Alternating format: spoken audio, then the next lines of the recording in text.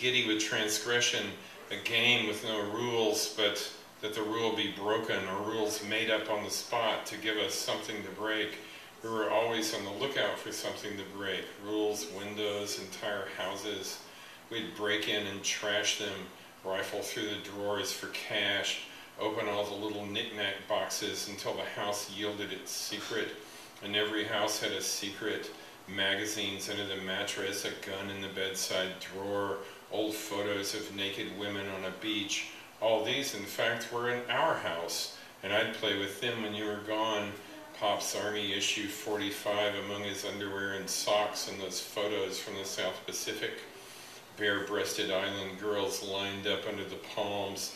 The gun was loaded, but I was always careful, especially after the time I was showing Caroline the 22, showed her how to cock it, then pulled the trigger, and put that nice round hole in the window you discovered when you came home that day. And then there were the girly magazines under the mattress on Pop's side, the same magazines Johnny and me had hid out in the woods, and other houses had their secrets too. Diaries full of confessions, whiskey bottles and cigarettes hidden in the back shed.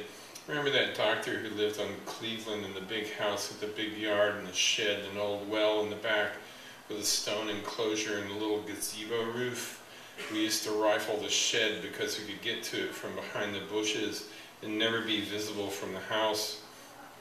But one time we were walking home from 4th grade and got there just as the doctor and his wife pulled out of the driveway in their Cadillac and drove away. And so then we walked boldly into the backyard, looked in the windows, tried the cellar door.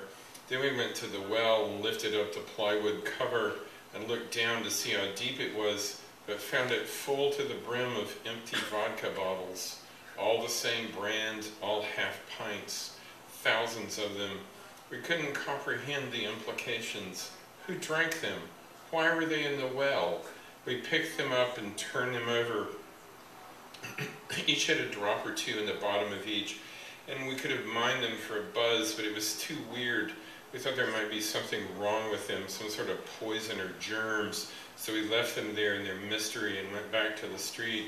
Jimmy Ball was out there fighting a kid 2 years older than him and way bigger and beating the shit out of him, had him down on the ground and dropped onto him, knee into kidney, and the kid's eyes rolled back in his head. We walked on down Cleveland Street, and at the bottom of the hill, Johnny turned off to the right to go home, and I cut off through the woods to the left. This was the path through the woods that Jimmy Ball took home, and when I looked off through the trees, I could see the Yeti, man's shape covered with reddish-brown hair, moving along beside me. And it didn't even matter that I knew he wasn't real. I started to run, and I ran along, and every so often would see something out of the corner of my eye that I knew was him, and then I heard something in the bushes like I'd spooked an animal, and a javelina broke out of the brush and ran along beside me. And then my dog came out of the woods and joined me on the other side, and the three of us ran along the path till we came upon a coach whip lying across, and quick as black lightning it flashed and ran the path in front of us like he was our guide, like he was the apex of the triangle. And we four ran like that all the way to the house, and we looked back out the window and could see the Yeti peeking out from the edge of the wood, waiting for what we should have, for when we should have to come back again. And sometimes at night I'd get spooked lying in bed thinking about Jimmy Ball, thinking about the Yeti, thinking about the javelinas running in the woods. The woods were my best friend, and they were the scariest place. They were where I hid, and they were what I hid from.